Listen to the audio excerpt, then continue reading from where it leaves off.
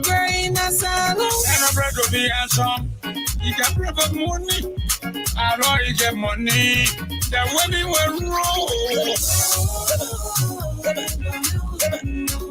I'm a brother, I'm well, mama. I'm a brother, well, mama. Sweet is our liver. No more I'm a brother, never wear my way out. You take it from you today, I will take it from you tomorrow. Sister. You take it from there today, and I will take it from you tomorrow, brother. Oh, guess I believe, oh, guess I believe. Now for God, guess I believe. No, but God, I I'm a brother way. Never wear my way out. Sweet, guess I believe. No, but God, I you my big idea. You want me to have the guy?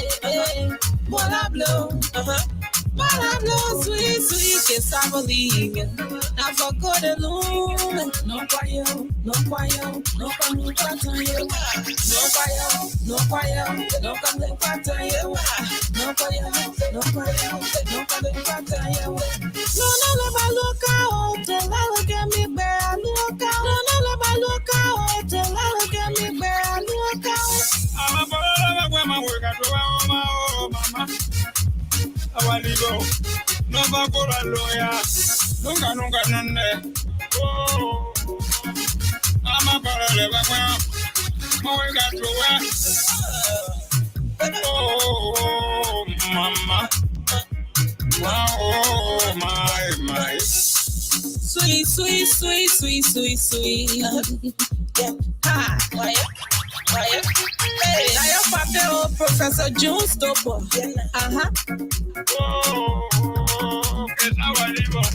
This man, your country, yeah. Sweet, it's a believer. Now for God alone. You're my big idea. No, our teachers can eat it too. I guess I believe. Now for God alone. You're my big idea. That's your idea. Because I believe. No, but God alone. Our teachers can eat it too.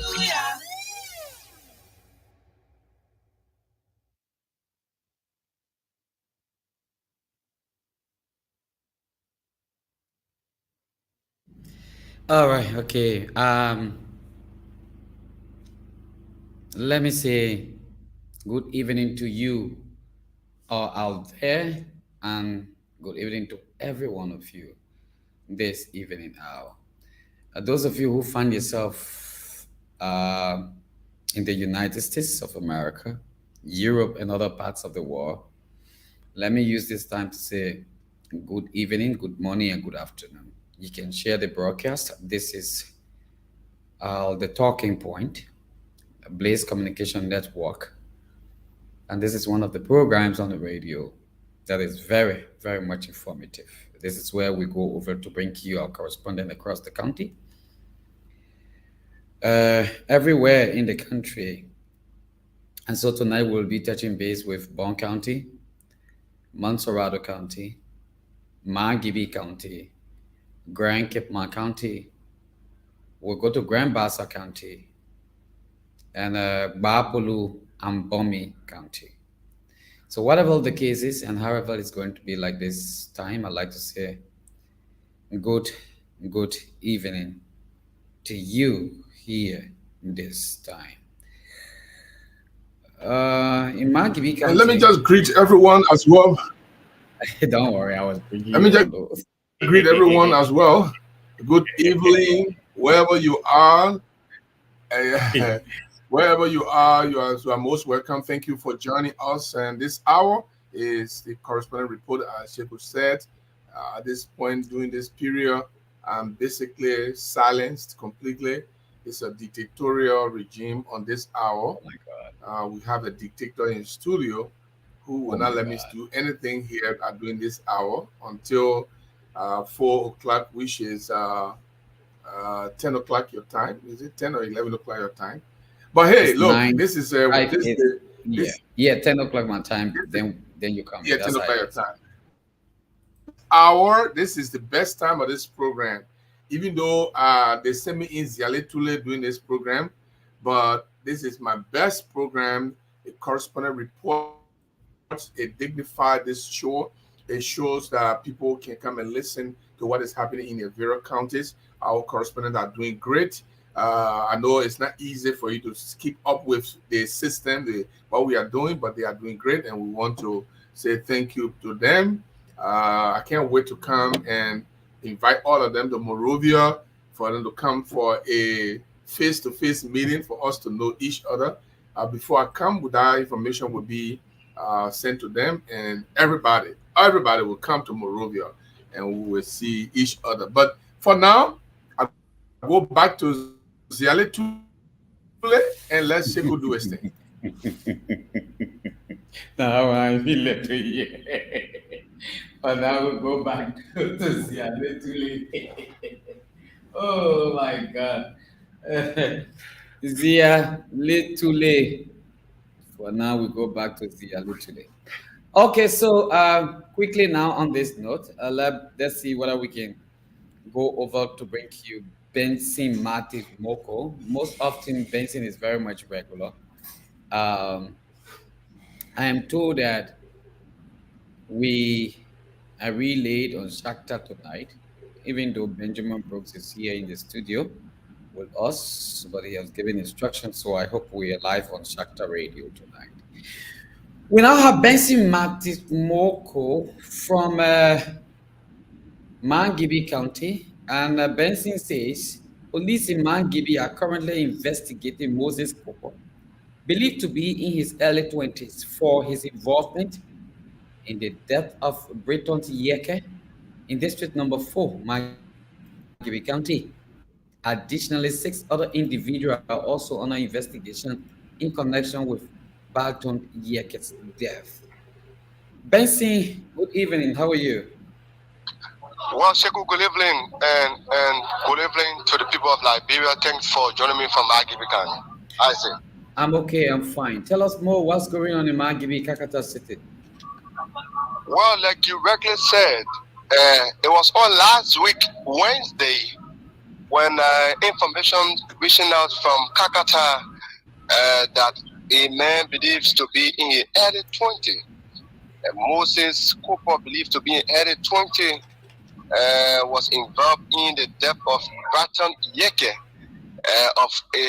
Barton Yeke is a resident of District 4 Magiri, and is part of the 4 electoral district here in Magiri County. And on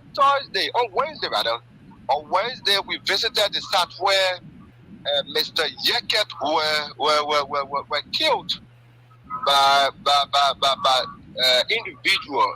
Others who are currently on investigation with the situation currently.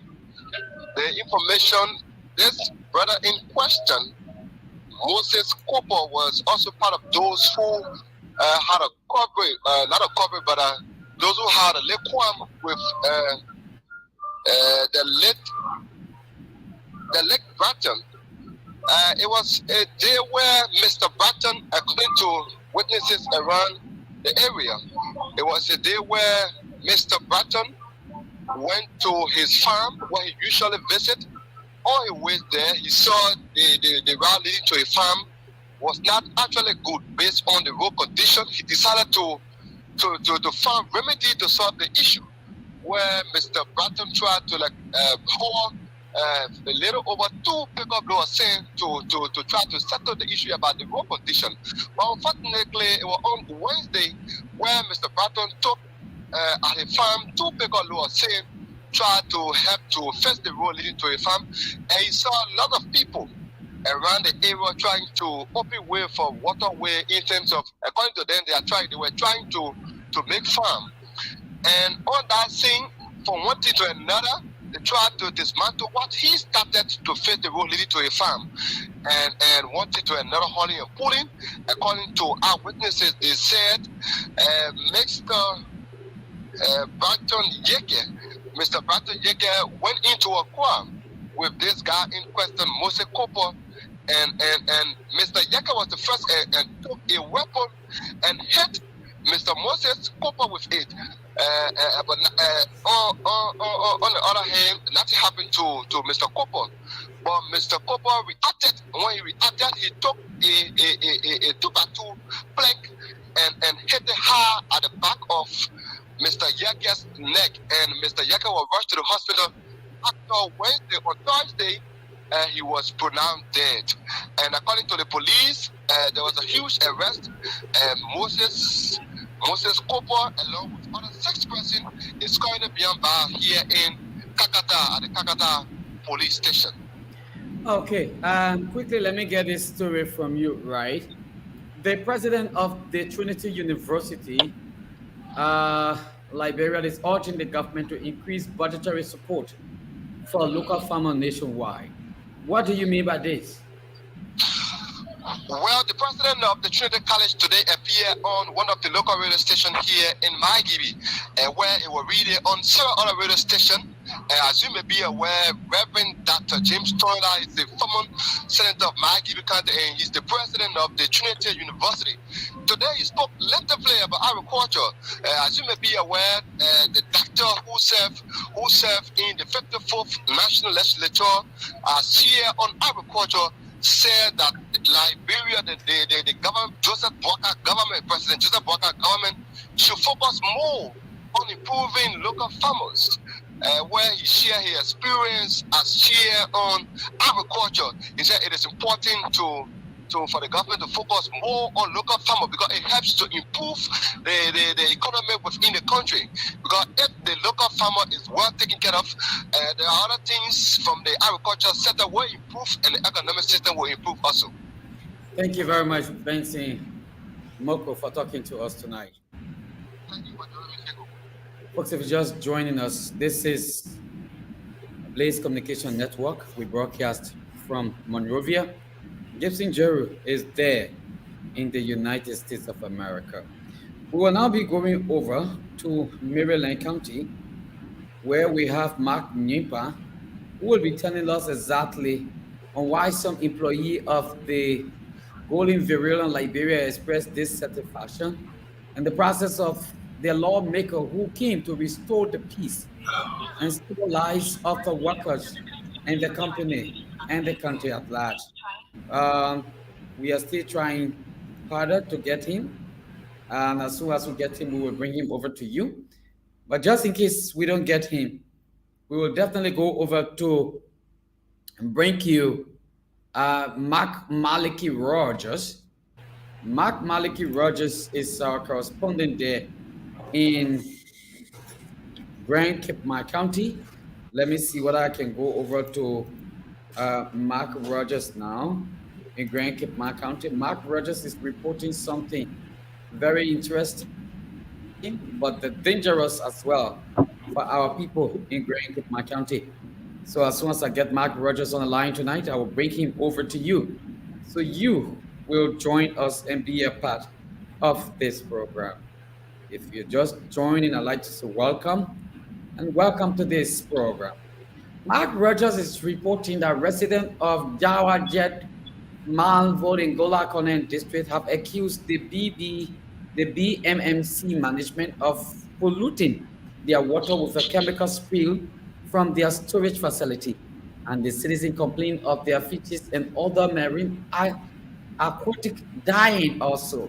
And in the photograph sent by Mark Rogers, I see crayfish, I see fish dying in the water. Mark Rogers is now on the line from Grand Cape County. Mark Maliki Rogers, how are you tonight? Well, I'm so grateful to the Almighty God that I'm alive and moving very strong indeed. Maliki, tell us what's happening in Grand Cape County. Well, as you rightly read from the intro or the story that I wrote out today, the volumes of coal, we visited the site where the people are complaining about. This is the dry season already. The people are challenged with the issue of safe drinking water. The creek that they have over there, that sometimes even if the pump runs dry, this is the water now that they are complaining that the water is being polluted by a chemical spill from that of the storage facility of the Bear Mountain Company.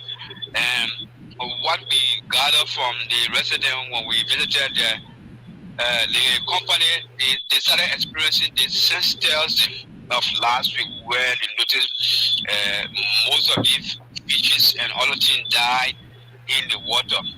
And right away they call on the authority of the Bear Mountain Company, and the company paid a visitor on Friday of last week, took a sample of the water, and according to them, they were carrying it for testing.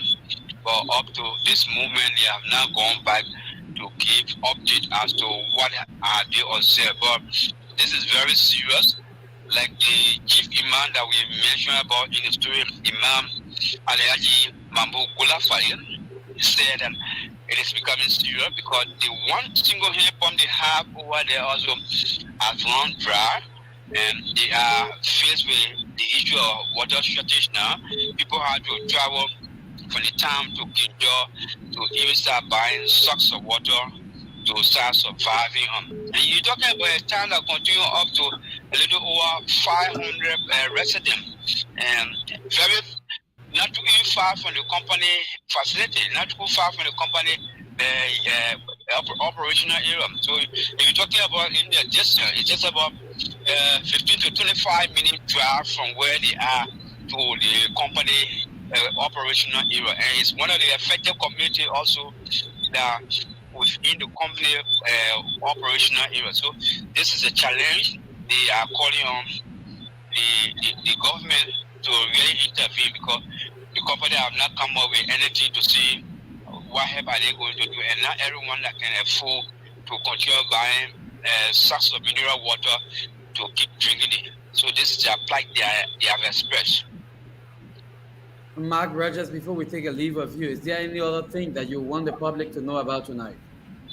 Well, the other story that I also want to talk about today, I did a trip to Go side, looking at the health facility constructed by the West African Health Organization. This facility is catering to neighboring Sierra Leone and people in Liberia, because it's right at the boiling point. When I spoke with the officer in charge today, he expressed some challenges, especially faced with the area. And more often they are challenged with this issue of drugs. They are challenged with the issue of talking about ambulance, talking about honor staff. And this is a facility that was constructed by ECOWAS. And these facilities are faced with challenges. So he expressed his concern and hoping that this new government will be able to solve some of the problems, the challenges that they are facing. But talking about cases that come from both Sierra Leone to from Sierra Leone to them, she spoke about the issue of measles, diarrhea, and different cases she spoke about. But sometimes they find it difficult to treat these cases because they do not have medication for some of these things, and sometimes they are very challenged. And this is a boiling point. They don't have much people to manage boiling point, especially you talking about 57 illegal entry points, places, and only 4 of these areas are manned. The remaining 53, no one is there. So the Ebola is poorer, and she spoke about all of these things that are some challenges to the health delivery system in Cape Town. Thank you very much, Mark Maliki Rogers. Thank you so much for having me. Let me ask you a question. Do they, Mark Roger, do you hear me? Mark will not be hearing you right now. Mark, due to technical mistake, but in the next okay, few minutes. I will Okay, say go very ahead. quick. Go ahead. What is happening there in Bapolu County? Henry Boluma is our correspondent in that area. So I'm going to bring Henry Boluma tonight from Bapolu County. And as soon as we get Henry, we'll definitely bring him over to you tonight on this show. If you just joining, let me say good evening to you, and good afternoon, good morning to you. My name is Koroma.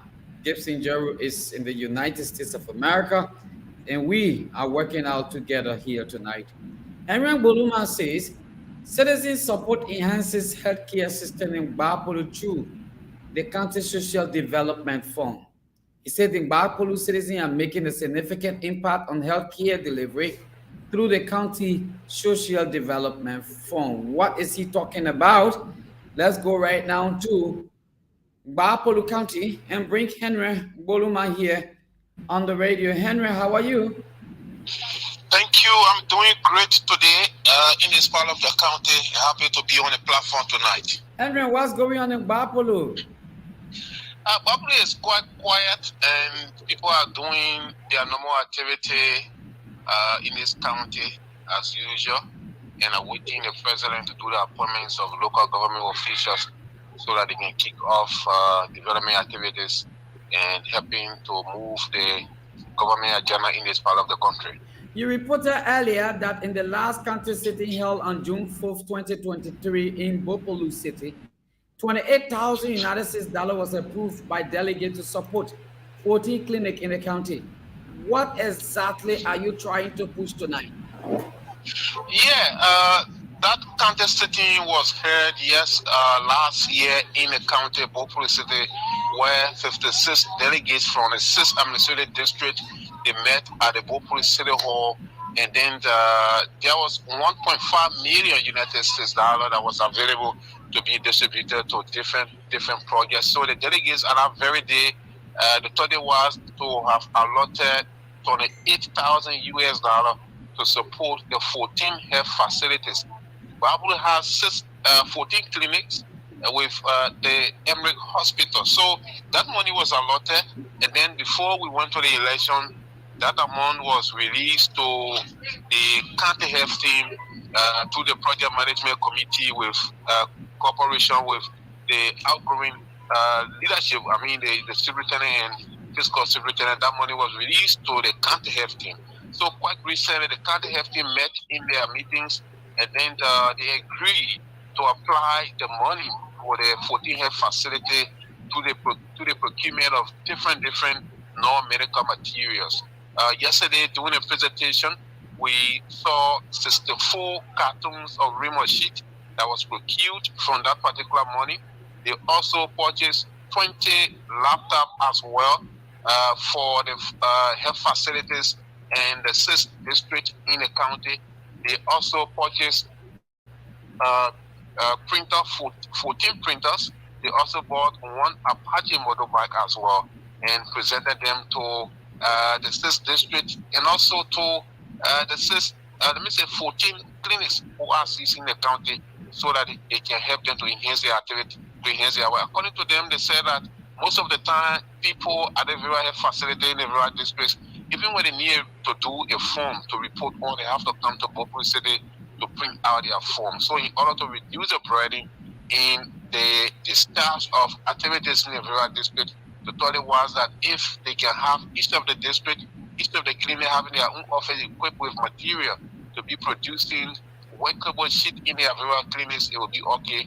So for that background, they decided to use that money for that purpose. And yesterday we saw the county health service administrator who purchased the material, Mr. Abraham Gono, presented the material to the district health officers through the county community health department director, Mr. Benny Clark.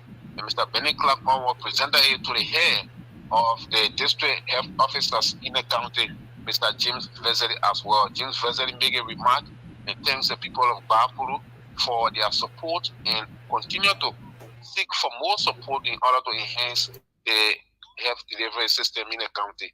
And this is not the first time The last time the secretary was there, another money was allotted that was used to procure drugs for the rural health facility in the county. Before we take a leave of you, is there any other thing you want to talk on tonight? Basically, the report coming in from one of our districts here in the county is all about drugs. You know, the president declared drugs as health emergency in the country. And so in Bokomo district, in one of the communities there, they call Banga Bogoista, the citizens there make the arrest of one person with the drugs and turn over to the joint security, and they brought that person to Obopu City, and we will be getting more information from them tomorrow, and then we can do another further update on that.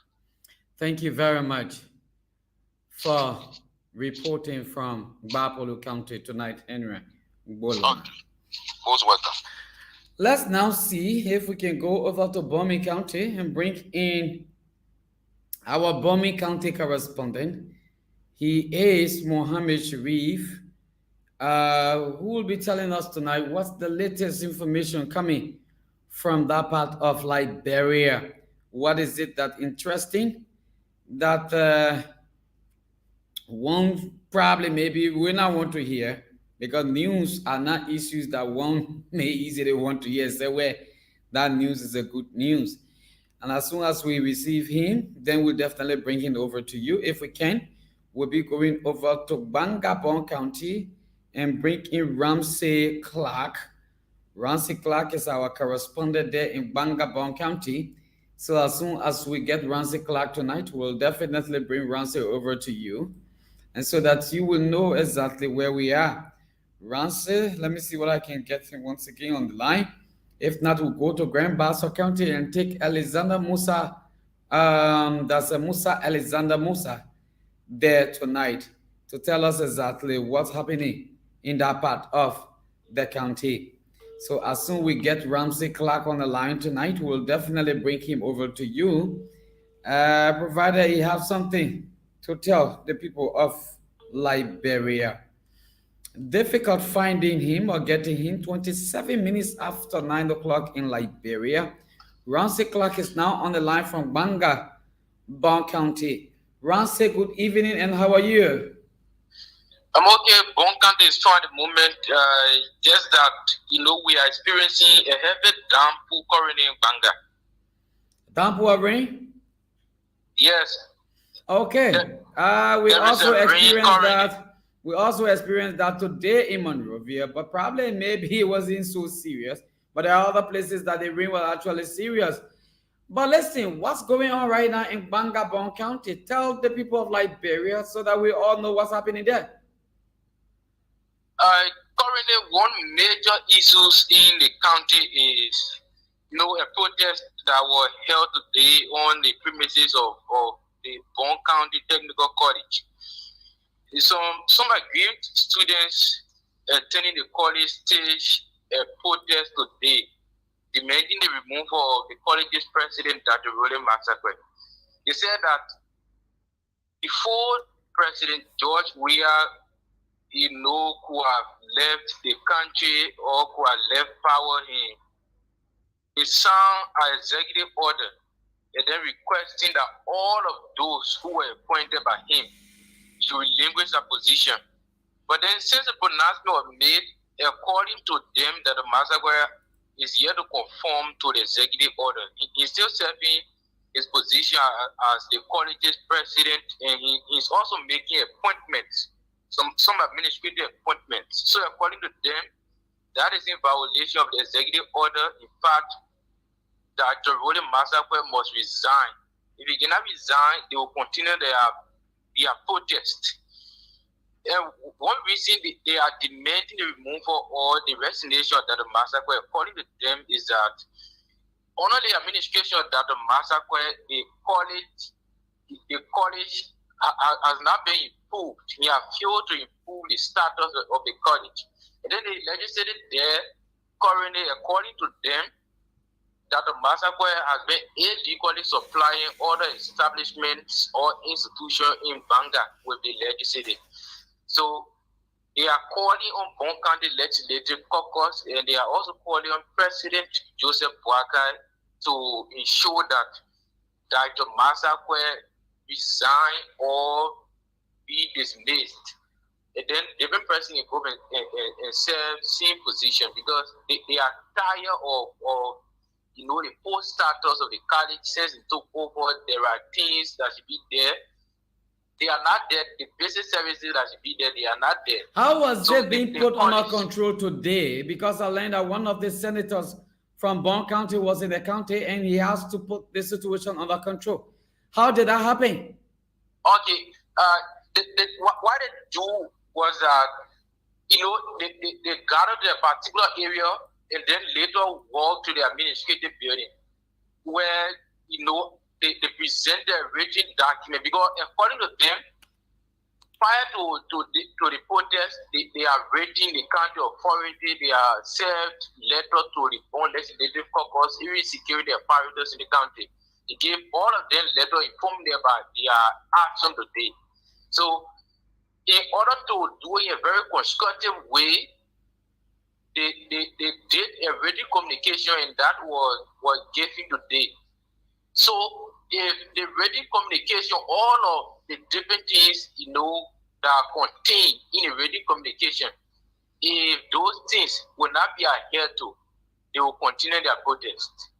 So that was the ultimatum, or that was the challenge they gave to the county authority and also the president.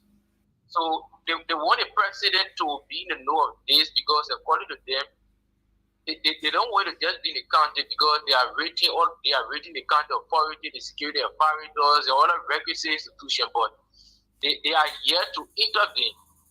So they want the president to be in the know of this and so intervene and ensure that Dr. Roland Masakwe be replaced or dismissed immediately so that the college can flourish. Thank you very much tonight. And also, before I drop the line, there is also another development from the county. The chief executive director of Nemo Part of a Democratic Change, Eddie Jau, at the weekend, he was encouraging Liberians, especially citizens of Bon County, to hold the Boakai's government. After the election, the 2023 elections, is it according to him doing so?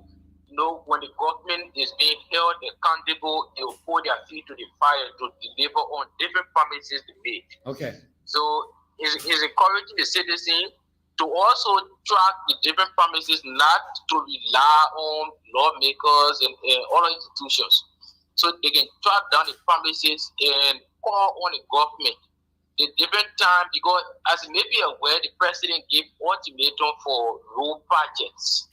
So he also made mention of that. He said that is necessary.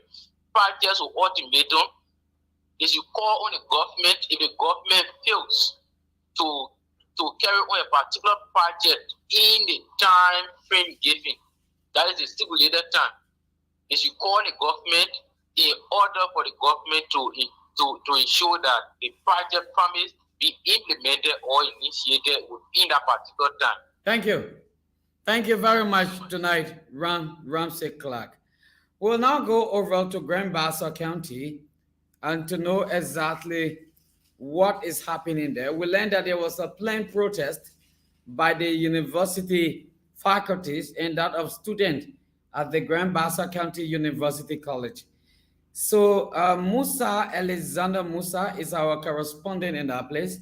We hope tonight that we have him on the line to be able to speak to us, to tell us exactly what's happening in that part of the area. Please, if you're just joining us, have time to share this broadcast, and we'll be very grateful and glad that you are sharing it. Just Lauren, that the program is being relayed on Shakta FM in Carisbride, and many thanks to Nelson, who is there tonight and putting us through. My name is Sheku Koroma. Benjamin Brooks is also here, and we are working out things together. As soon as we get Musa Alexander Musa from Grand Bassa County, we'll definitely let you know exactly what's going on. Unfortunately, Musa Alexander Musa is not giving us positive, you know. Okay, let's see whether we can go over to our Monserrado County correspondent now, Henry Manor, who is based in Bensonville. And as soon as we get Henry, we'll definitely bring him over to you. Despite we learned that Bensonville network is a very serious problem. So let's once again try him and we get back to you tonight.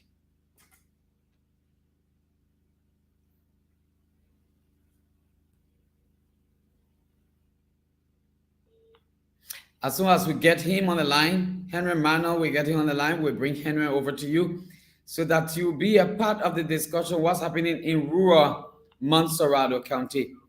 Henry Manuel is now on the line from Monserrado County, there in Bensonville. Henry, how are you?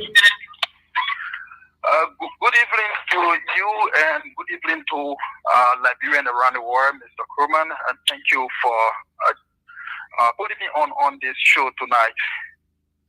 Thank you very much, Henry. Tell us what's happening in Bensonville. Yes, actually, what is unfolding here today. Before then, yesterday, we had some issues that we just caught up, and then there was an organization, that's the flag, the Federation of Liberian Youth. They came here sometime back, a week ago, cleaning the site of the youth center here in Bentor City, and since then they have not returned.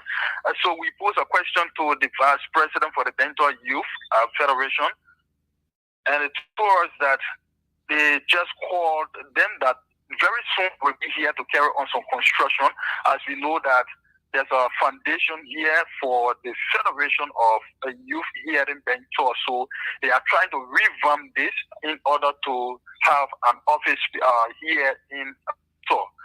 And following that, we also follow up on the cleaning up campaign that was sometime back in December, which we all know there was a nationwide cleaning up campaign. And for Bentor, we have 3 groups. That's one from the angle of the district representative, and one from the youth angle, and another one from the JNB angle. But then in time, we asked them, they told us that it was not just for the inauguration, but continuous process. And then right after the inauguration, we saw everything just went down, slowed down. We don't know what was going on. A lot of people concerned, and we tried to put this question to the youth vice president yesterday, and what he told us was that this thing is not like they were doing it for the inaugural program, but they have slowed down because the president, that's the youth president for Bentor, was not in country. He went shooting, and he just arrived last night. So what he told us was that the reason why they slowed down is because he took this as his own initiative. He was sponsoring it. There was no funding coming from any other place. So that when I asked him why is it that they too couldn't fight, because they are also part of the leadership, he said everyone has their own grace. But what he promised was, as soon as our president comes back, everything going to be on course. And today I got in contact with the president, blissfully. He told me that he just coming and he has to rest by Saturday next week, or this coming Saturday. The cleaning up will continue. And then another issue was there's a GSM company that was to be constructed, a tower that was to be constructed here, which they said they ran after through the office of the youth president.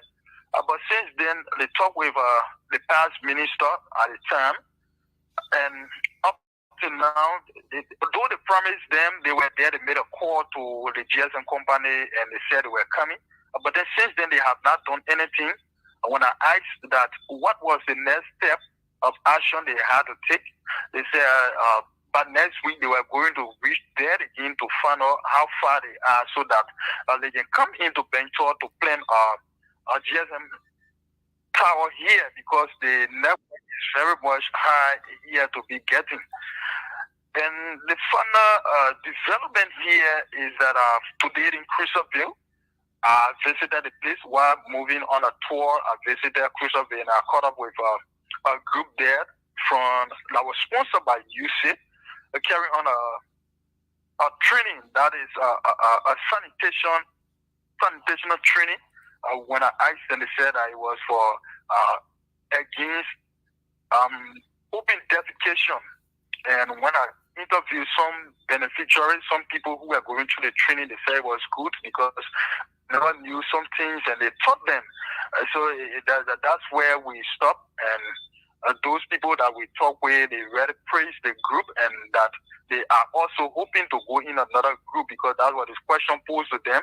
And I asked and they said we're going to another community in the next week. So that's what we have here on ground for tonight. Thank you very much, Henry Mano, for giving us information tonight. We'll still try our best to see whether we can go over to Mohammed Sharif once again in Bomi County to know exactly what's happening in Bomi County. If you're joining us, I'd like to say good evening and welcome. My name is Koroma. Gibson Jeru is there in the United States of America. As soon as we have him on the line tonight, Mohammed Sharif from Bomi County will bring him over to you. Mohammed Sharif is now responding.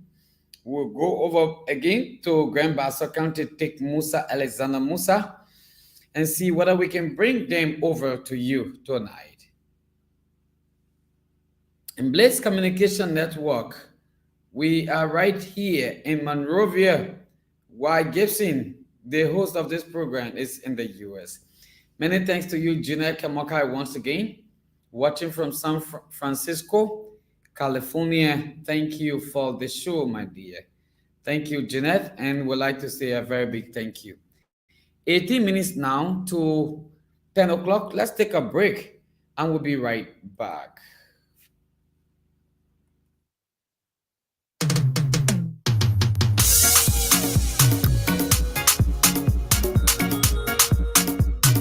Shadow on the beat.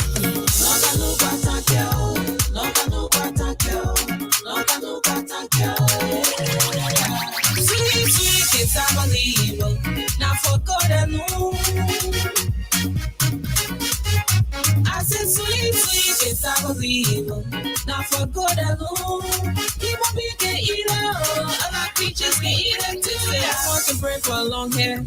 She can pray for 2 months. But as long as she's living, her hair will grow in a salon. And a bread will be handsome. You can pray for money. I know you get money. The women will roll.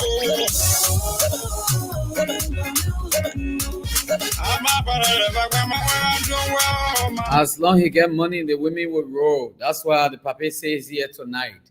Let's now go over to Gibson Jeru from the United States of America. But then just before we bring him in, we have to look at quickly some stories that have just been posted inside our chat room and as well as our website. Gibson is going to be doing that for you.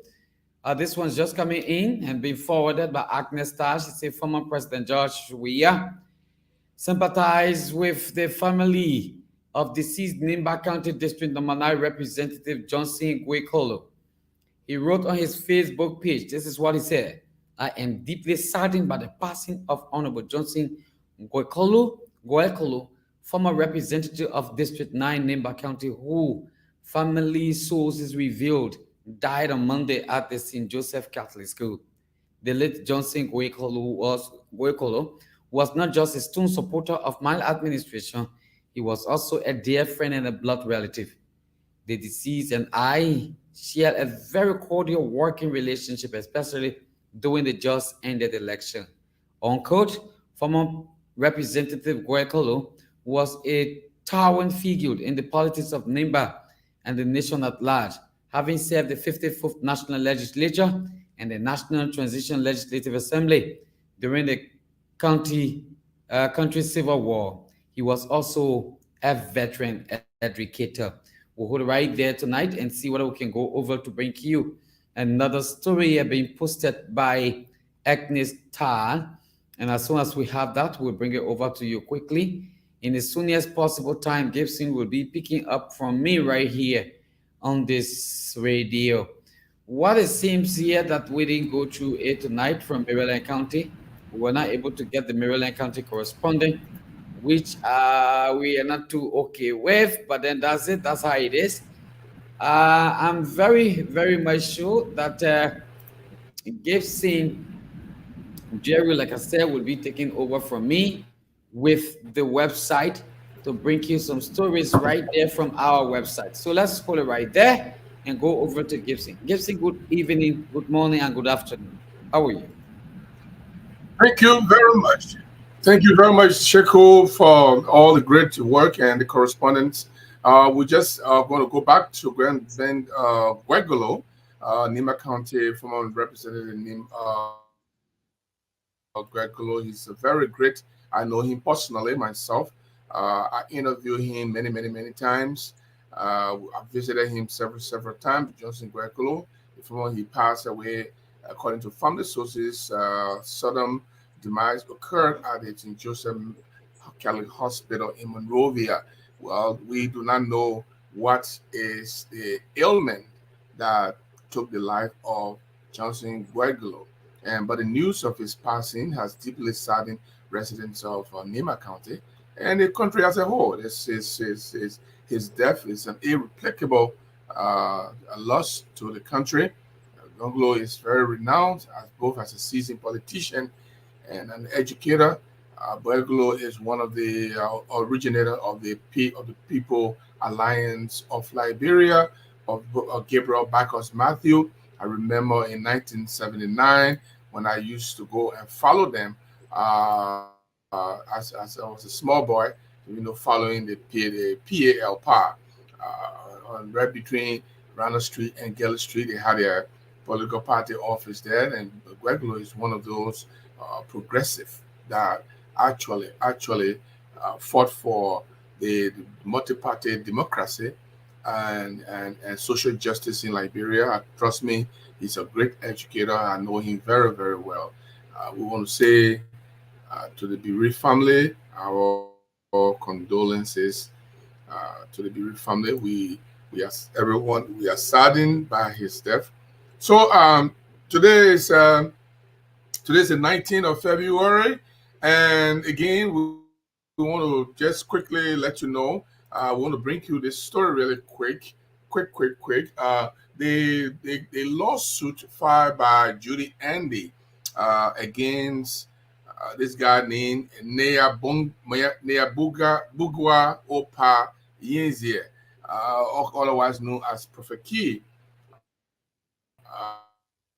Is taking a lot of turns. The court is now demanding a bond from Prophet Key. Remember when he was taken to the magistrate court 3 days ago, I think 3 or 4 days ago, he was released on a personal identification bond, which means they could look at him and say, well, you are a respectable man, you will not run away, so therefore you can go and come back. But right now, the court is now demanding for bond before otherwise Prophet Key might be arrested and sent to court. Let me just, this story is coming from the court and from the fingers of Agnes.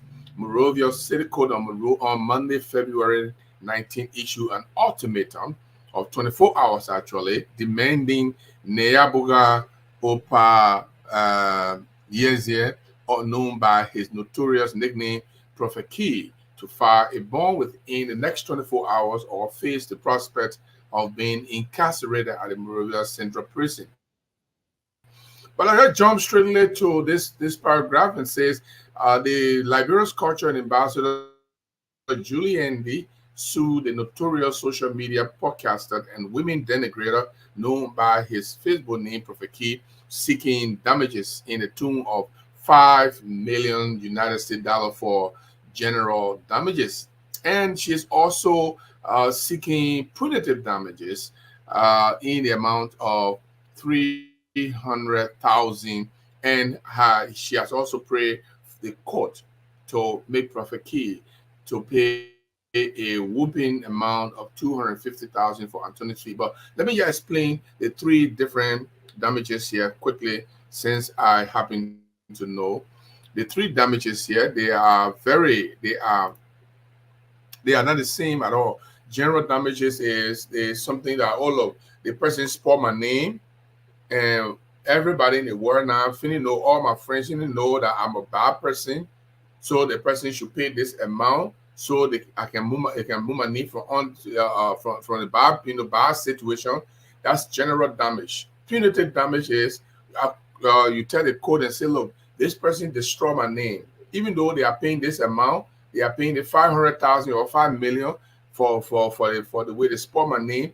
But at the same time, I want you to punish this person, coach, that they will never do it to anybody again. That's punitive damage. So Judy Andy is also asking for the court to punish Prophet Key in a way that he will never do it to anybody else again.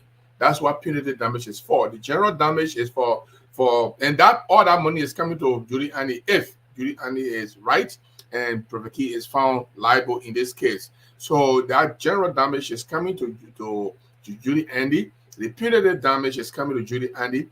But then Judy Andy is also asking that Prophet Key put her in a situation where she had to hire lawyers to do the lawsuit. She got to pay them, and he put her under financial stress by looking for money to go and look for lawyers to pay. She had no business going to sue if he had not put her in that situation. Therefore, the money she paid to the lawyer, Prophet Key should pay in the amount of $250,000. So the total money that Judy Andy is suing for is 1.7 million, 1.75 million, 1,750,000. Now, somebody will say, but Gibson, you're sitting down there and the woman suing Prophet Key for 5 million. Does Prophet Key have 5 million United States dollar? No, Prophet Key does not have to have 5 million United States dollar. Usually, you sue for that amount. The court has a discretion and a limit, especially every jurisdiction. Every jurisdiction. For example, in North Dakota, where I live, the court here has never given anybody more than $300,000 damages. So they set the bar and say, hey, we cannot go beyond this to unless it is so grave. It's a big serious case. Then they might go there one day. But in Liberia, you can sue for 5 million. The court can come by and say, you know what? We grant the 5 million. But at the same time, the court can say, no, the 5 million is too much. We grant you 100,000, 100,000, or 400,000, or 300,000, or 900,000. But here is the danger. If they are found liable in this kind of cases, that two things can happen. Civil matters are not for jail. Let me just put my fan on right there, please. Let me put my fan on here. Civil matters are not for jail term. Unless that's go to jail. Matters are usually for money. So if Prophet Key is found guilty, or we call that liable, if Prophet Key is found liable in this case, he will have to pay that money. If he doesn't pay the money, the court can order that any property he has in the Republic of Liberia can be seized in auction until that money is reached. Or Prophet Key himself, she can ask for attachment of Prophet Key, anything Prophet Key got, she can ask for attachment. So even if he have car, anything, they can attach that car, that property, and they can seize it and auction it. So the only time Prophet Key will go to jail if he fails to listen to the court and he violated the court order. For instance, the bond that the court is asking for in the 24 hours. If Prophet Key does not provide that bond in 24 hours, there's a likelihood that he can be arrested and sent to jail until that bond is certified. Why is that? Why are we talking two things here? Is this civil matter, not for jail term, but then Prophet Key will go to jail for bond? Yes. Bond is a statutory requirement. So if you don't file a bond, you are committing a crime. Crime is for jail. Crime is not for money. So if you don't file a bond, you are violating the statute that provide that when you are sued for you to stay within the bailiwick. They call it the bailiwick of Liberia, which means of the court, which means for you to stay in the place where the court can find you, where the court can get lay hand on you. If for them to be able to lay hand on you so that you can't run away, they find you file a bond, and that bond will make you to stay until that case is over. And if you run away, that bond will certify the judgment. So that bond they are asking for will be equivalent to or half of the odds, I think 33% or half of the amount of the lawsuit. So when you file that bond, if that's property, let's say my man Sekou say, as Prophet Key saying, you don't have money, I get my house, I want to put my house forward for it to serve as your bond. So if Prophet Key runs away and go to Morocco, the court will go and seize Sekou house and auction Sekou house because he failed to produce Prophet Key, and he stood and told the court that yes, my property here, if Prophet Key failed to come to court, then you guys can take my court property. That is all this lawsuit is all about. It is very important that we let people know. But yes, something I want to show today. You know, our country, the country we got, eh? The country we got, eh? I don't know whether I'm gonna change to bad man, but the country we got, eh? Is something. I will show you a video just now. I will show you a video and you will hear some people talking about Prophet Key as if to say this man had done the right thing in his life. Let me put a video there. We'll talk about the video a little bit. We'll play the video a little bit and then we'll listen to this video. I want you to listen to this.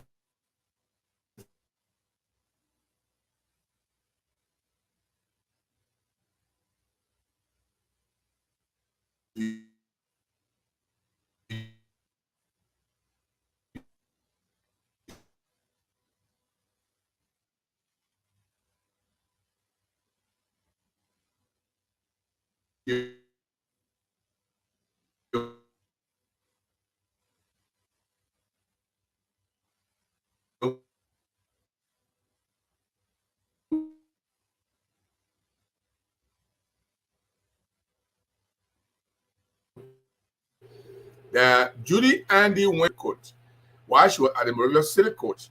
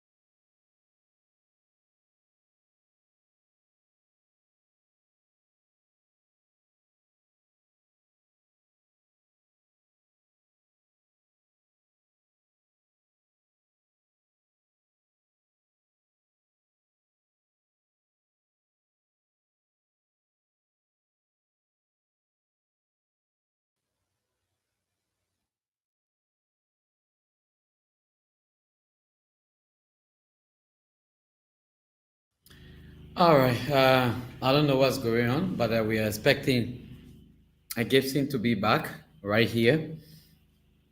He's trying to push up a very important issue tonight.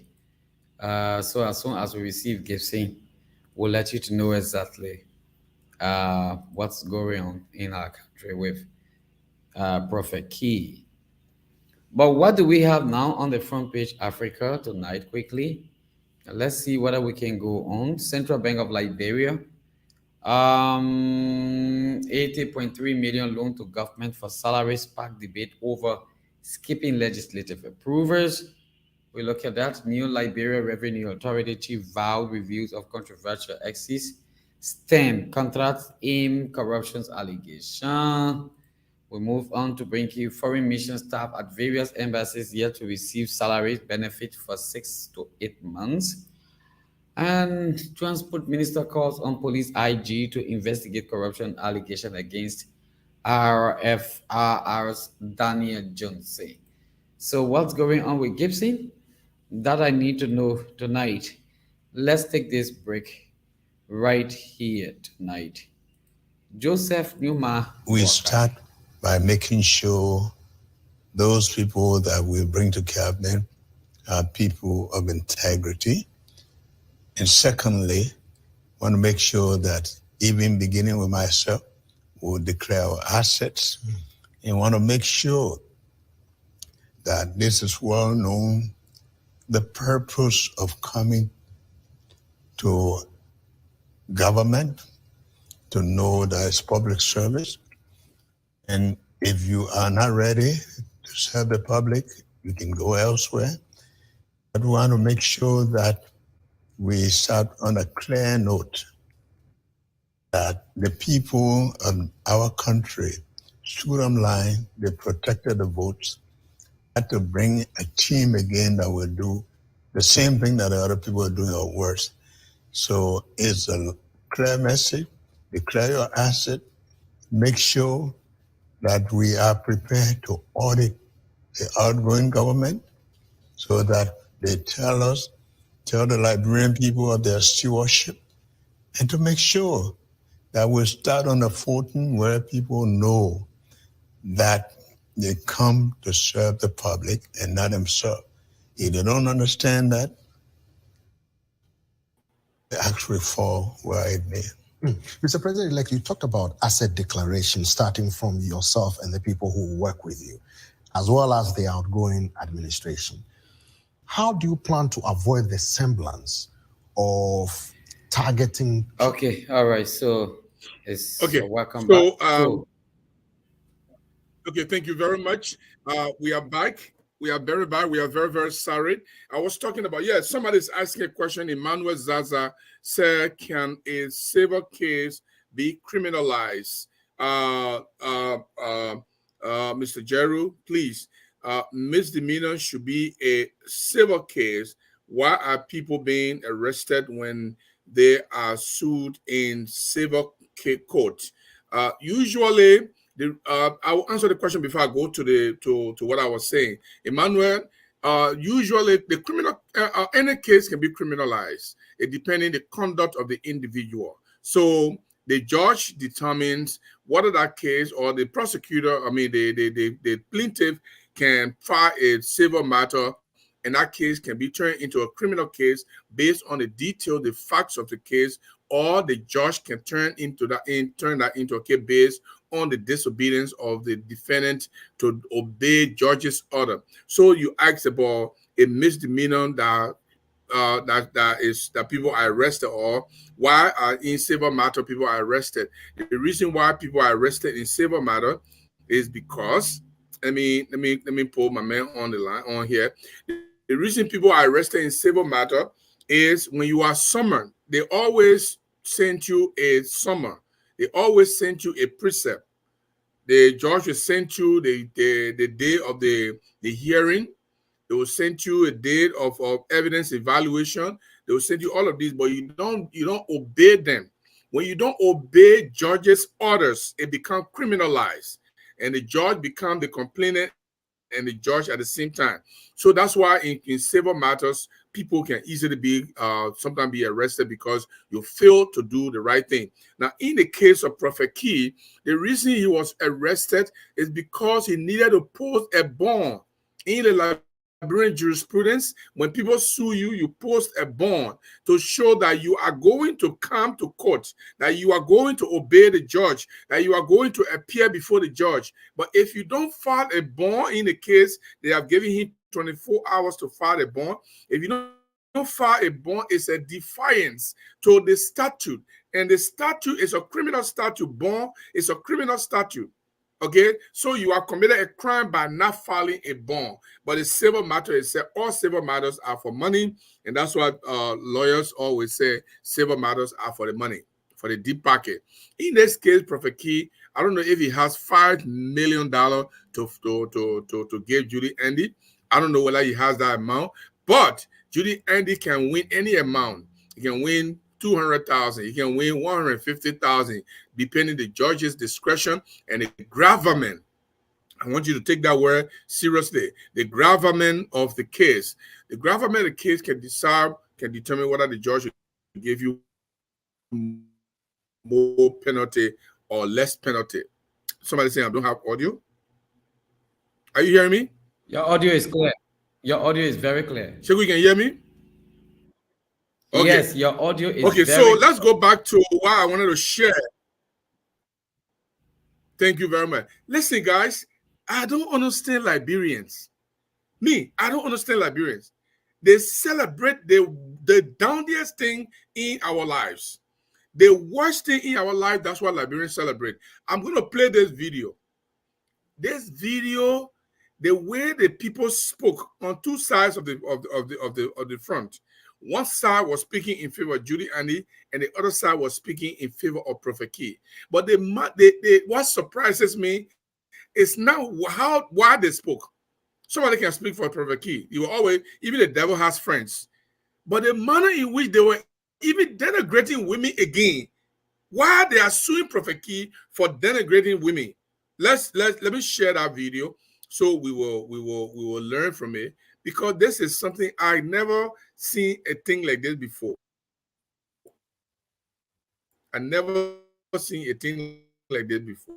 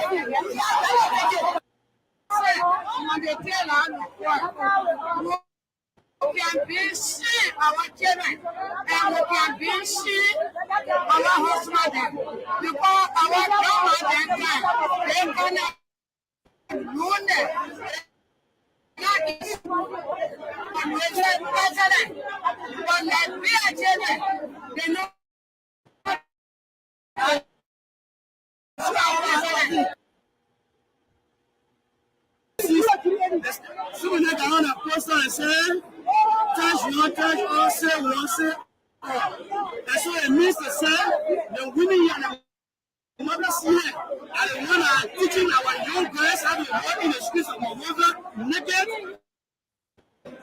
Our principal street of Nigeria naked. The women and the mothers that are here, you understand, are the ones teaching our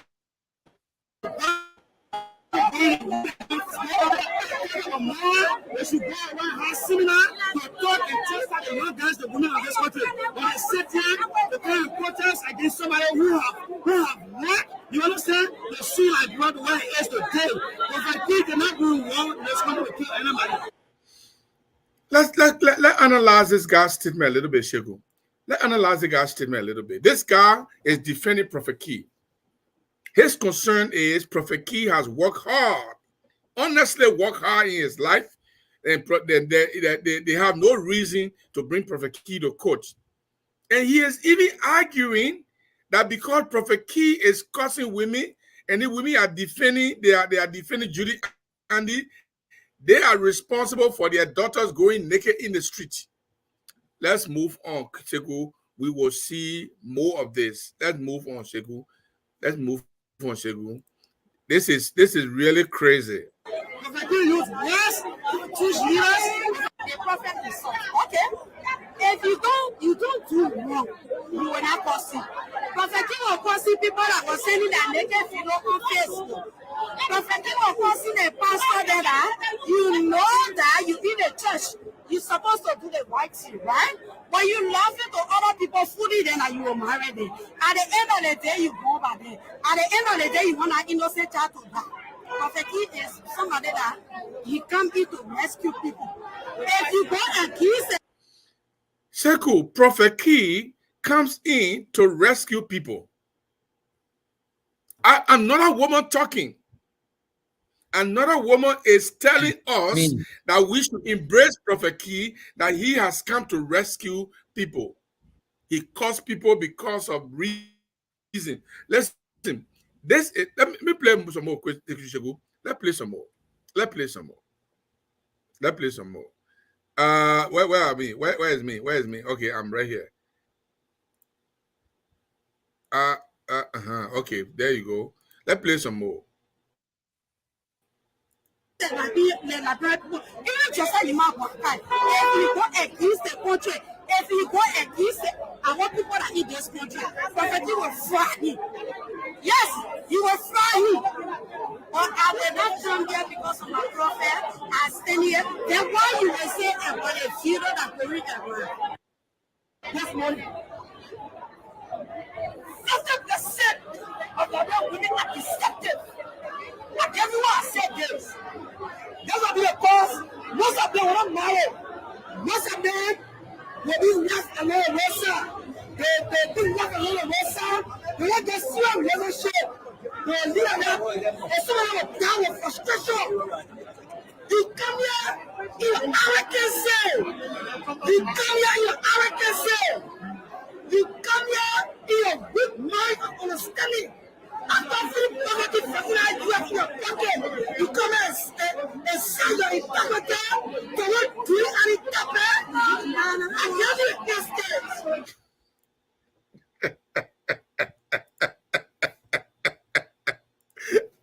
No, Sekou, they didn't follow my mom. I swear to God. What's wrong with our people? I don't get it. I didn't even want to talk about this thing tonight. To be fair, no, honest. You see, Sekou, we're not talking about it. Our people will not learn from the evil that is permeating our society. This guy has poisoned the mind of good people and have turned. Look at what the woman's saying. Even if Joseph Boyka don't do well, it will cut Joseph Boyka's mind. It will fry him. Yeah, they will fry him. So Prophet Key cuts your mind, cuts women, because the women that they drink bad, what Prophet Key cussing them. And that woman over there right now, if you just look at her and cuss her the way she will feel so bad, she will feel so bad about it. The way Prophet Key can describe women, when you just came from that woman and just describe her the way Prophet Key can describe women, she will feel so bad. This is the decadence. This is how low our country are gone. We celebrate evil-minded people. We celebrate evil in our society. The bad people are the best people, and the best people are the worst people. This country that we call our own, Sekou, you and myself, we can't reach to Prophet Key level. We can't reach to that level. I got a mother. I got my mother. I got my daughter. I can't. I got my sister. And the same women will collect money and send it to him. For me, people used to pay him to cost me and cost my wife. They send money to him, $50, $100. Then he will cost and cost my wife. So that's how they kind of, for me, I just look at him like he's a nuisance. But our people, the reaction from the people, it is the one that surprises me. I don't care about Prophet Key. Let him live his life the way he wants to live it. I know he's nothing. He can only survive in a situation where violence and chaos are permeating. We can't survive in a civil society, okay? But these people say, what's wrong with them? I don't understand it. How can we celebrate someone like that? Liberia is a country where people, because of the way people find themselves so broke, they can go for anything. They hate for George Weah and that of his official. They hated Weah so much until anybody that had the propensity to insult George Weah, you were their hero. Yeah. They were heroes because they hate George Weah. So yes, they want to make sure that whatever they have to do with George Weah. That is a level of hate they had for George Weah because of the way the opposition painted Weah and his government. You know, I didn't want to talk. I didn't want to talk about Prophet Key.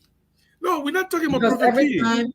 every time I sit down and listen to Prophet Key, a section, the way he handled the platform, the way he insulted, to see Liberian women advocating for Key, to see Liberian women.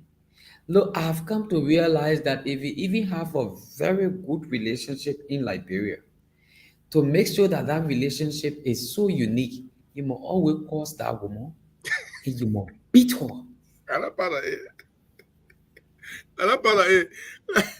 But here is what Celia Sonny is saying. To be very honest, Liberian women will go that way to say the past. Look at the nonsense that woman was saying over there. The pastor then who can lead their wife then and go get married or born children also that they want Prophet Key fry, that they want Prophet Key. But that his business, after his business, to go fry people. Celia Sonny said, Mr. Jeru, she did that to teach him a lesson. She knew very well that he could not afford that amount of money, and no one would trust him with such bond. And this one says, Mr. Jeru, have you seen now why I continuously ask the government of Liberia to build mental health facilities in all of the counties in Liberia? Definitely. I mean, Silas Sonny is right. We need to build mental home for people. People passing crazy. I don't even get it. I don't get it. I mean, people really go in the street to defend a man like that. People actually go in the street to defend a man like that. Look at the last guy that was speaking. Insulting the women while the women are suing. Yeah, the women are suing somebody. He even swearing them that they will remember that they will not get me. They will not get me because he the one born there. He God. I said the thing that bless the people. The thing that bless the people, they play with fun ourselves. But the Marcos and Parcos that come and take over the country, Mr. Jeru, since that the new methodology that to become more popular, you must just be causing women. And you see, in Zweju, when I was there, when Prophet Key causing, you know who they used to call all to see it? That women. Yo. That women can tag me. People can see. Women tag me. Prophet Key play with Joshua today. Women just love somebody or woman sent it to me and said, Prophet Key not play with Joshua man today. Cheku. What kind of morals are we looking for? Why should we even think that other people should be good when we are supporting things like this? How can women go to demonstrate on behalf of Prophet Key? I expect them to be behind Julie Andy and unite behind Julie Andy to teach this guy a lesson. Brother, this whole Prophet Key thing, mark my word, is political. The women who went to advocate, to stand for Prophet Key, mark my words, you will get to know it. They are political figures who pay those people to go out. And those women, if actually they were very sensible enough, you will go out to stand and defend Prophet Key for insulting a woman. You look at Judy Andy Tape. I mean, she's no longer Tape, but Judy Andy, to tell that she's sleeping with ministers in this country just to maintain her job. Do you have evidence? It's a very highly talented, very highly educated, very highly successful woman in our country. Why would she want to sleep with somebody to maintain her job? Just because you want to be cultural ambassador. First of all, why will you even talk about being culture ambassador? I will be highly disappointed. Very highly disappointed in President Boakai. If he made that mistake, I will call it a mistake, to appoint that person called Key. Well, then you have to brace yourself, because this is what Zaza said, Emmanuel Zaza. Mr. Jaru, do you know that JMB called Key to help campaign for him, according to Key himself on his show recently? Can you imagine? And this one says, Michael says, 75% of Prophet Key followers and supporters are women. And Emmanuel say she been culture ambassador for 30 years. I don't know. She was made culture ambassador in 2007. So I don't know what from 2007 to now, what is 30 years. Let me see. I gotta do the math. So this is 2024 minus 2007. That's 17 years. So it was Charles Taylor who made her culture ambassador. So she had been culture ambassador for 15 years, because I covered that ceremony. I did cover that ceremony as a culture ambassador. So we but here is the thing, guys. I mean, for me, I don't care whether Prophet Key live a life upside down or he live it inside up. I don't care. What I care about is the way our people behave. They make people to disrespect them. They make people to walk on them. This is why we always electing people the way we do elect them. We always choosing people the way we choose them, because we are carried away by non-important things in our lives, non-effectual things in our lives. Somebody of a Prophet go for a senatorial position in Mosul today, he can win. Mm-hmm. They can win. All the women will vote for him. And the women playing in our country. All the women will vote for Prophet Key, will win. That's the kind of people that we are talking about. That's the kind of country we have. A country whose people do not value good things. Are you kidding me? Can Prophet Key go to Ghana and Ghanaian women will be flowing all over the place? Or a Nigerian woman will be flowing all over the place? What kind of low attitude that we exhibit all the time to put ourselves in a position like people that will not value us? We make choices that are not valuable. It just, I'm so, but you know, that's we want to say welcome. If you are watching us from anywhere, we are glad you are here, and thank you. We don't mind if you share our show and also like our page. We will do this in collaboration with you. Your desire to see our country move forward, it's the same desire we have. We might have another approach. You might have another approach, but we do have the same desire that we should make our country a great country. Therefore, we want to urge you to continue to support us. We are I have 423 here, which is 10:23, and by 11 o'clock. We'll be calling it a day. I just want to say here that there's something that is trending. It is trending that has to do with the money that George Weah allegedly borrowed to pay civil servant, and this government, the George Weah asked the central bank. I think I can go to that story a little bit. That story was reported recently by Front Page Africa. Okay. Let me see, what is this? Okay. So the point I'm trying. Okay, that's the time Prophet Key was giving it to Joseph Boakai himself. The man who Joseph Boakai brought or he invited or asked to campaign for him, according to Emmanuel Zaza, the man is also causing Joseph Boakai, causing Joseph Boakai, his wife. Look, there's nothing good in any evil man. The people have a parable to say, they balance. They say, he who ride on the back of a tiger will end up in its belly. That's why it says.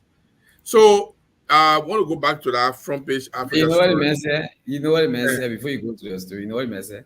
Mm. When the man entered in Prime FM studio, when the ice came, the man said he looked like a blind man.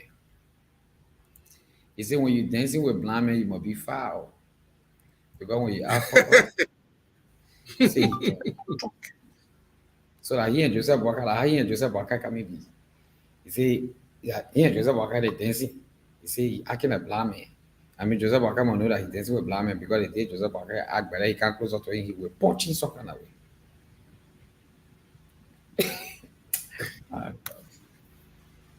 Yeah, I think Emmanuel, you are right. Emmanuel, it was 1997, not 2007. Sorry, Emmanuel. It was 1997 when Charles Taylor was president. So from 1997 to 2000, let me do that calculation again, guys. From 97 2024 minus 1997. That's about 27 years. Even you close, Emmanuel, close to 30 years. So you win me on that one. Charles Taylor was not president 2007. Charles Taylor already in the Hague. You're already doing his time in the Hague.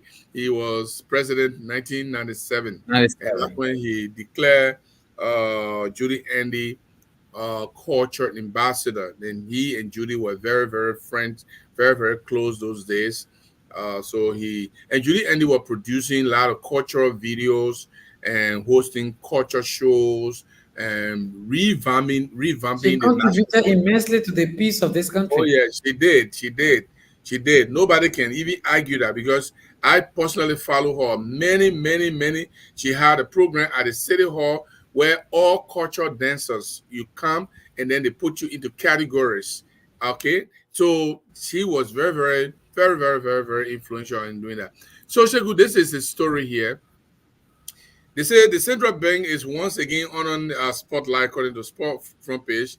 A member of the House of Representatives has requested the appearance of the executive governor to provide explanation for what he described as the violation of the public procurement management law by extending 83.05 million loan to the Georgia administration last December for the purpose of paying civil servant salary without legislative approval. So the lawmakers' contention is Georgia wanted to pay salary. There was no money. And then he went to the governor and said, look, we don't have money to pay the civil servant and the money in our depository. We want you to borrow us $83 million so we can pay civil servant salary. Whether that money actually went to salary or not, we have no idea, because the government can apply so many things to, when they ask for one thing, they can apply to different things. We have no information whether that money was totally applied to salary. The argument of the legislature is that he should have gone back to the legislature by the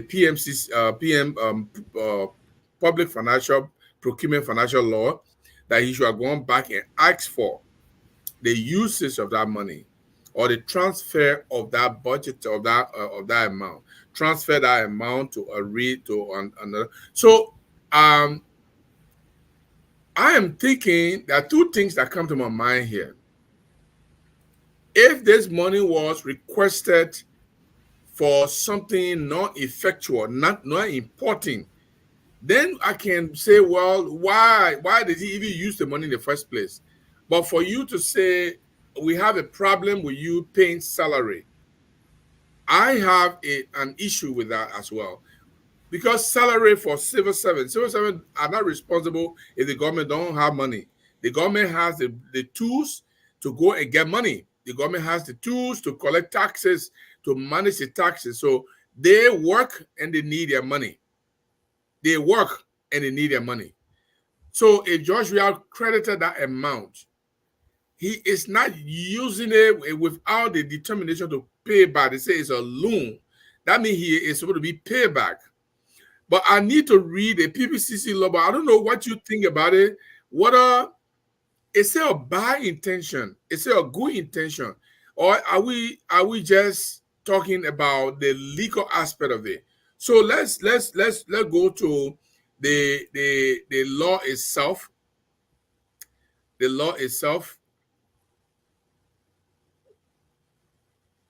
So the law, the PFM Act of 2029 states that with the exception of any loan raised for the purpose of paragraph B of the subsection 36.2, the terms and conditions of any loan shall be laid before the legislature and shall not come in operation unless they have been approved by a resolution of the legislature.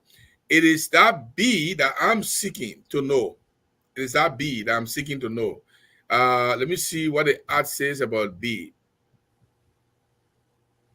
However, but let me read this first. However, the CBL Act, particularly Section 46(1), grants the CBL the authority to extend credit to the government under exceptional circumstances subject to the decision of its board of directors. Now, that's where I wanted to read. That's the portion I wanted to read. So 36(1) says, and let's read that for the public.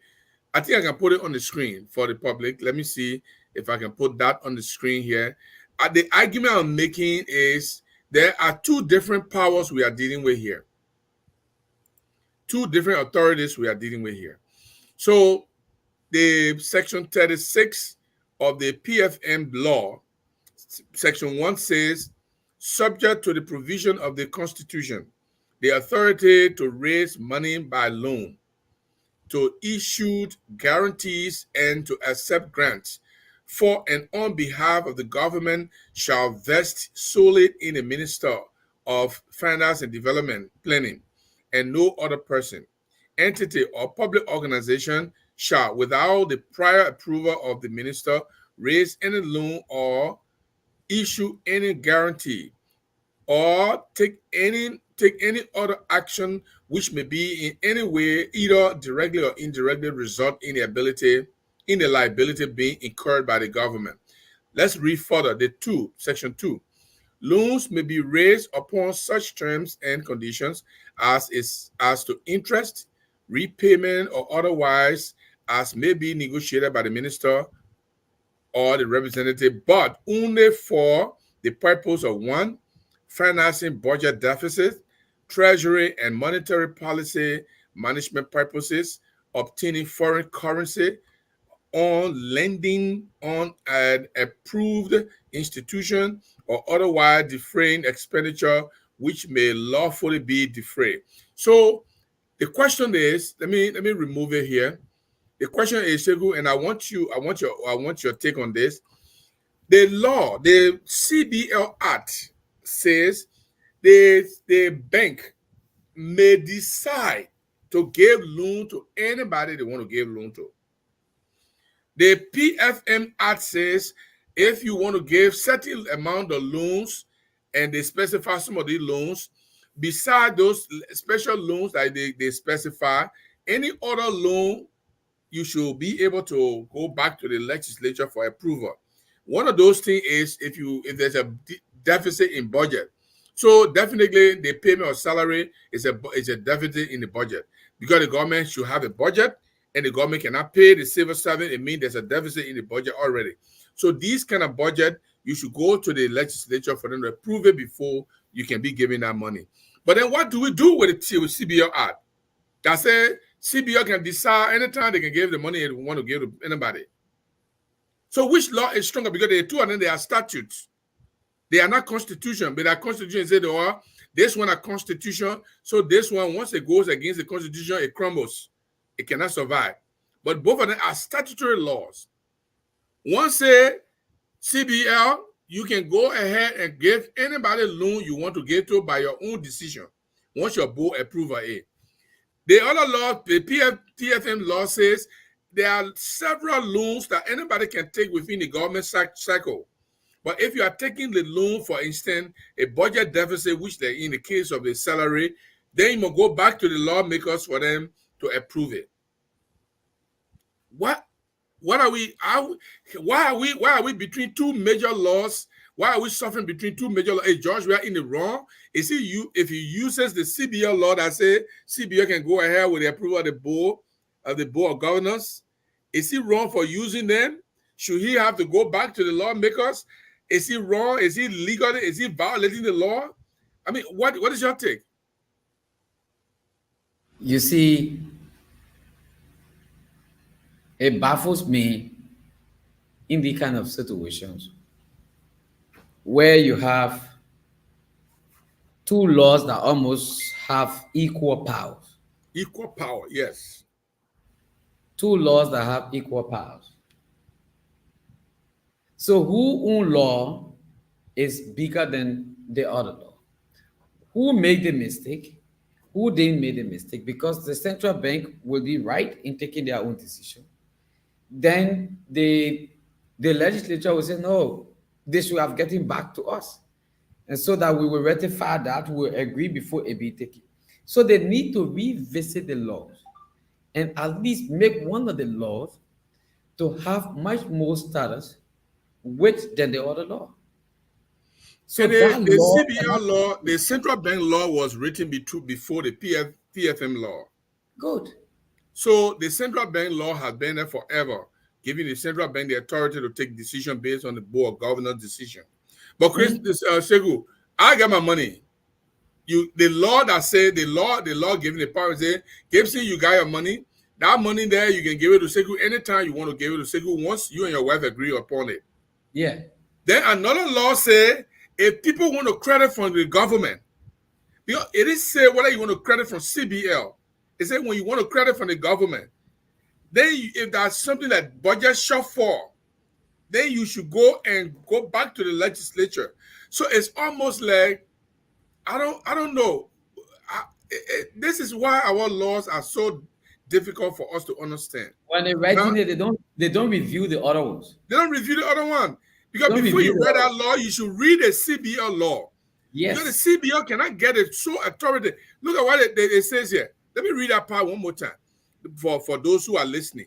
The CBL law, the law governing the Central Bank of Liberia. The law governing the Central Bank of Liberia. That's what I'm talking about here. Mm-hmm. Let me find it and read it one more time for our people to see. Where again? Okay, the CBL law says in section 46.1, it says it grants the CBL the authority to extend credit, like in the case of what George actually the CBL to do, to government, credit to government. They specify it under exceptional circumstances, subject to the decision of the board of governors. Under exceptional, listen, paying salary, Segu, is it not exceptional circumstances? We ain't got money to pay salary. The first thing is if the money was not even being given to the government, that would have been even uprising. Yeah, people can protest and the whole government can be brought down during the election period, and you wouldn't have even gotten the results you've gotten today. Like Emmanuel Zaza said, speaking the same language you're speaking, he said salary payment was important to avoid tension during the election. So in December, the election was just around the corner. So George, we are saying, you know what? Look, we can't leave without paying the civil servant. We don't have money now. Give us this money. We'll pay. The government will pay later because government is continuing with it. CBL governor met and said, well, we have the right. This is what our law say. The law that govern us is once we agree to do it, we can do it. But then the lawmakers are saying, no, the PFM law says if the government wanted to transfer if there's a budget shortfall and they want any money, they should come to us first. Now, the problem is going to the lawmaker, they can reject that request. You know that, Segu? They can reject that request, they can vote against it, and the government hand will be tied, will not pay civil servant. And it can cause tension. It can cause demonstration, protests. And it will cause a very serious shutdown within the country. Exactly. Mm-hmm. So, I mean, I like to see how this issue is going to be handled. I would like to see how when the bank governor goes, the way he went the other day. Really, I like the bank governor. He put everything. He don't have nothing. He put everything on the floor. When you ask a question, he laid everything down. And he made it other day. He solved that controversy that came from the president, the current president, and the former president. He solved that problem. Nobody even talking about it anymore. We know where we stand on the issue. Nobody. Joseph Boakai never said that only 20.5 million there anymore. And George Weah will not even say 40 million there anymore because he said did not say 11. 11. George Weah the two people lie. Yeah? The two people lie. What make it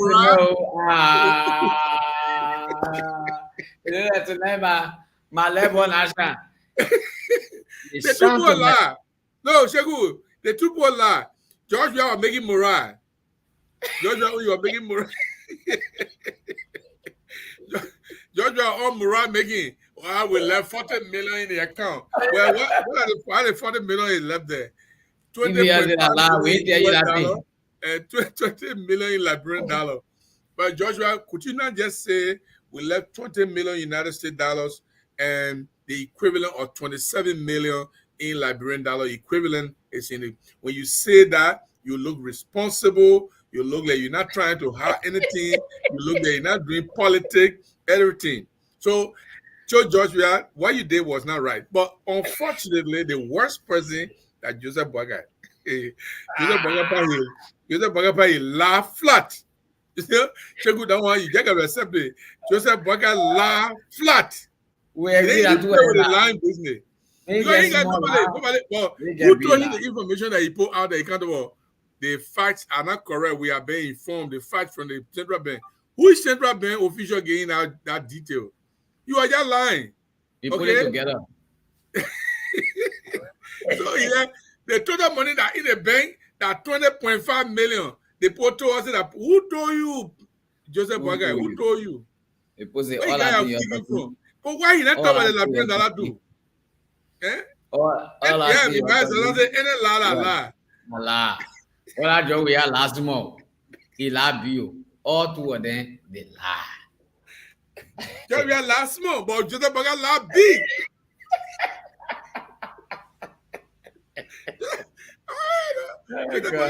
But Joseph Boakai is so low. The thing is, Shegu, let's face the fact. Joseph Boakai came to change the bad thing. Joseph Boakai came to change the bad thing. They said George Weah was a bad person. George Weah can lie. George Weah can do this. He can steal. He corrupt. He die. He don't know bull. He don't know how to govern. Everything negative that George Weah did, Joseph Boakai not to touch any of them. Yeah. When you come to rescue, you don't repeat what other people have been doing that you came to rescue people from. So if George Weah was a liar, you should come and show an example of truth telling. So at this point, if we're going to Jesus Christ for the judgment day, George Weah can take a very nice lawyer. Look at George Weah can take a nice lawyer, a very tough lawyer. And if I would be the lawyer for George Weah, I would tell Jesus, you cannot punish George Weah for this lie. It was a slip of tongue. It was a slip of tongue. Yeah. I would lie too big. I can't steal it. Who told you that only 20.5 million was there? Who told you that? Audience, please, if you are there and you want to call on the local number tonight, it's 0775. Yeah, let's open the line. Let's open the line. 0551 0775 50. And when we'll call it on the Prophet Key something. The lawsuit against Prophet Key, what do you think? Is it a good lawsuit? 513 or not a good lawsuit? 0888 513 481. Let's take a break as we get our phone lines prepared. Before we go to the break, I just want to prompt them. If you are calling, we want you to speak to the lawsuit against Prophet Key. Is it a justified lawsuit? Is Julie Andy was supposed to sue? Is Julie Andy supposed to sue Prophet Key for what he said about her? that she can make love to all the ministers and all the presidents before she get her job. And she sued him for all that money, $1,750,000. And then the other women were backing Prophet Key. They were backing Prophet Key and said Prophet Key was right because, first of all, the women in Liberia, they are not good. All our men were saying that. So what's your view about that? If you support Prophet Key, call. If you support Judy Andy, we want you to call, and the number for you to call 077 55 00551. 077 55 00551. And this one is 0888 513 481. 0888 513 418. And if you want to call on the WhatsApp number, call +1 612 607 9281. Let me put it on the screen. Oh, no. Once again, you put it on 0775 500 551, 0888 513 481, 0888 513 481. If you are listening tonight and you want to call on the local line, we will allow you to do that. So just put your calls on 088, that's 0888 513 481, 0775 500 551. Let's take a break quickly. We'll be right back. I'll just leave you with yes. So for those of you who are listening to us, we discuss the things so we can all understand what we are talking about. Our country needs us more than ever before. There are so many things that are happening in our country. If you also want to speak on the law, the borrowing of the $83 million by George Weah from the central bank, you are most welcome. You can also call and talk about that. You are most free to do that. But tonight, I want to hear from those of you who have listened to the argument between Judy Andy and Prophet Key. Is it even okay for Judy Andy to sue for the way Prophet Key went on social media and talk about her, calls her woman calls, and say she just sleeping all over the place. She got to sleep with ministers and president before she can get a job that she got as a culture ambassador at the time, because he wanted a culture ambassador job. So the only way he can get a culture ambassador job was to call Judy Andy a prostitute. Okay, the Liberian people call it Hopojo. That's a simple word for in Liberia. He said that Judy Andy is a Hopojo. That's the word he used. So is it fair for him to do that? Can you talk to somebody else like that? But here is the thing. People in the court, people who met at the court, there were two groups of people that met. One group was for Prophet Key support. The other group was supporting Judy Andy. The group that support Judy Andy said this lawsuit was necessary because Prophet Key needed to be taught a lesson, that he cannot just wake up and just curse women. And the other group that went to cheer for Prophet Key say the women in Liberia, they are not even good. They are responsible for their daughter and getting naked in the street. So if Prophet Key calls them, there's no problem. Prophet Key can go ahead and call them. If you have any say in this, you can go ahead and place a call. In the meantime, we got like 12 more minutes to be here. And I just wanted to say, look, if we Liberians, if we fail to set a standard for ourselves, people will set the standard for us. In your house, if you are married as a man, you and your wife, you're married in a house, you'll get your children. It's just like the same thing we're talking about here. Your children, you got to set a standard for yourself, that certain things you yourself cannot do in a home. You yourself, you can't do these things in your home. Certain things. So you stop your children from living up to that standard. For instance, if you're in your house, you got children. You can't just wear brief and come outside among your children. You got girls children, you got men children there, you got boys there. You got boys and girls as your children. You, the father, you just go take bath, we finish taking bath, you just come outside in your brief. Or you, the woman, you finish taking bath, you just come outside in your underwear. Knowing that your children, your male children are there, your female children are there. So you set yourself a standard. No, I have children here now. When my wife and I were here, when I take bath, I can come outside naked, say it doesn't matter.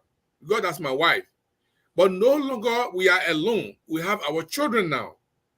Therefore, I cannot just come outside with my brief on now. My wife also cannot come outside with her underwear now. Because we got children. Before then, she finished taking bath, she just come outside. Because I'm here, I'm a husband. The two of us, we are husband and wife. So no shame between us. But she cannot go in the bathroom now while my son is sitting there in the living room watching TV and my wife just come outside with underwear walking. She says she's going in her room. So those are the standards you set for yourself. Yes. So if you can't set those kind of standard for yourself, then people will use it against you. This is why other family members in your community, look in your community, those of you who are listening in Liberia, wherever, look in your community. There are certain family people who don't respect them because of the way they conduct themselves. In Africa, in West Africa, Liberia cannot be a laughing stock where we celebrate nuisance, where we celebrate notorious people, criminal-minded people, evil-minded people. We always do. When people kill in Liberia, we made them lawmakers, we made them senator, we made them representative. In fact, almost all the people that fought and killed people in Liberia, they have all become lawmakers one way or the other. People vote them in. We don't say, no. You cannot represent all. You are a criminal. You've been killing people. We can't say you're not whole. You're not a good person. In fact, when the good people in our community, when they go against these criminals, these will lose. Because our people don't have the standard to set for the community in which they want to live. We continue to celebrate bad things. We continue to celebrate corrupt people. Let me give you an example. When the U.S. government slammed McGill with sanction, McGill won with a number that nobody had won with in Margibi County. The people were behind him like this. So because the U.S. government say you are corrupt, you can steal money, you can do that, you can do that. So George Weah suspended him, even though they didn't dismiss him, they just suspended him, but he never went back. So the people now want to support him, even though he is considered a bad person, even though he not go to court yet. But they consider him a good person in their own state. So how do we want to live in our country? It determines how we want our country to progress. The way we think about ourselves, the way we think about our country. Who do we want to be our leader? Before you choose somebody to be your leader, ask yourself a question. Is this person capable of being my leader? Is this person disciplined to be my leader? Is this person civilized enough to be my leader? Is this person educated enough to be my leader? Is this person competent to be my leader? Is this person qualified to be my leader? Because to be qualified is by education. To be competent is by your ability to do the job. So there are some people who do not know both too much. So we can say because you don't know both, you can be representative. There's no book business on being representative. But the person that know both, they are say straight drop out. But in the community, they do everything to make the community to benefit things. They advocate for the community. They go from house to house. When there's problem, they solve problem in the community. We can say don't elect that person. Because the person is a problem solver, that means they are competent to represent you. But at the same time, in the House of Representatives and Senate, remember, it is not just about talking for you. It's about behaving like your peers. When they bring a finance minister before you and they say there's a problem at the finance ministry, can you ask a relevant question to your finance minister? Can you ask an intelligent question? When they bring a lands and mines minister before you, can you ask an intelligent question to the lands and mines minister? So before you vote for people, ask yourself, who is he? What can he do? How is he able to represent me?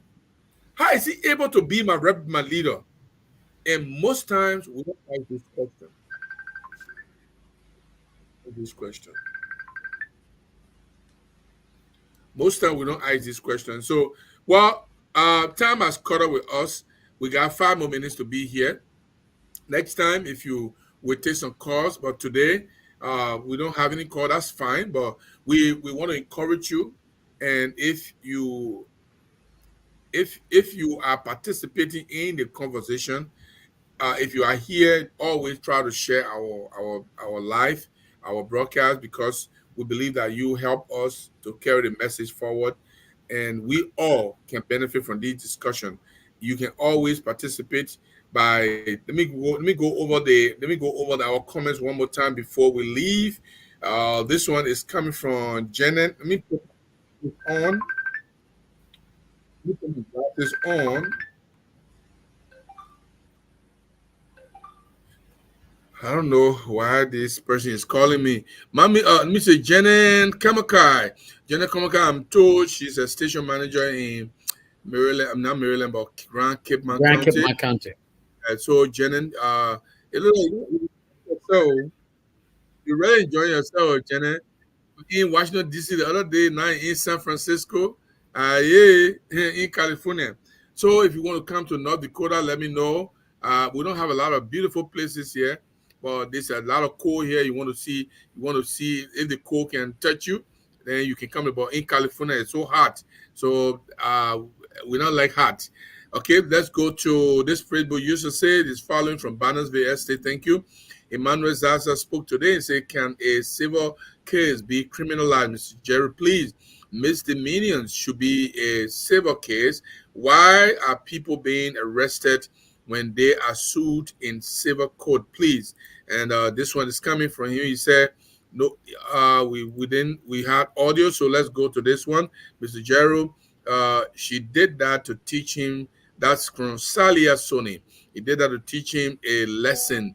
She knew very well that he could not afford that amount of money, and no one would trust him with such amount. Yeah, definitely. So that's when continue. Mr. Jeru, have you seen now why I continuously ask the government of Liberia to build mental health facilities in all the counties of Liberia? Michael Jeru says 75% of the Prophet Key followers and supporters are women. Emmanuel Zaza comes. Mr. Jeru, do you know that JMB called Key to help campaign for him, according to Key himself on his show? Well, Key could lie, but he could also tell the truth. Emmanuel Zaza continues. She been culture ambassador for 30 years. We solved that problem a long time. Let me go to this one. According to Zaza, the request to CBL did not say salary payments. Instead, he requested it to avert national security threat. According to the CBL law, you can act to avoid national security threat without the approval of the legislature. That's a very beautiful argument in Emmanuel. I want to agree with you on that one 100%. And let's go back. Emmanuel says salary payment was important to avoid tension during the election period. And he says a lie, any lie is a lie. He said all lies are equal. And then he finally, we just nominated one old rebel to head our local government, and he's talking about Newmalin. Newmalin is the man who is a rebel, and he admitted himself to be a rebel. But this is a man who wanted to kill people, and he was nominated by Joseph Boakai. But there's an outcry in the community. Joseph Boakai seems not to be willing to withdraw his nomination. So we'll see if the the Senate can approve him. We will see what happens then. Okay, Sekou, I want to say thank you. 1 minute to our closing time. Thank you very much for being there, and thank you and your correspondent. Let's continue the good job. We believe that we are moving places, and as soon as possible, we will be to where we are. Thank you very much, Shegu. Thank you very much. And folks, that's all the time we have to be with you. We join you or join us tomorrow again, same time, and so that we will bring you more and more information. My name is Sheku Kuruma. This is Blaze Communication Network. We broadcast from right here, Monrovia Studio, and of course, they're in the United States of America. In the soonest possible time, before the CU arrive in Liberia, we are very optimistic that the FM will be on with 2,500 watts for a start. And that we can tell you that we're going full blast in few counties, hopefully 6, 7 counties. And gradually we will be taking over the country with our broadcast. 100%. Very objective, and will be very, very objective. We'll try as much as not to be biased in the process, but very much objective. Thanks for standing with us. Every time you come on, just share the pages you see there. We got the Blaze Radio. We got the Blaze News Network. That is the YouTube side of it. We also have the Blaze Radio, Growth FM. Please do share our broadcast always. And thank you for being with us. Bye-bye.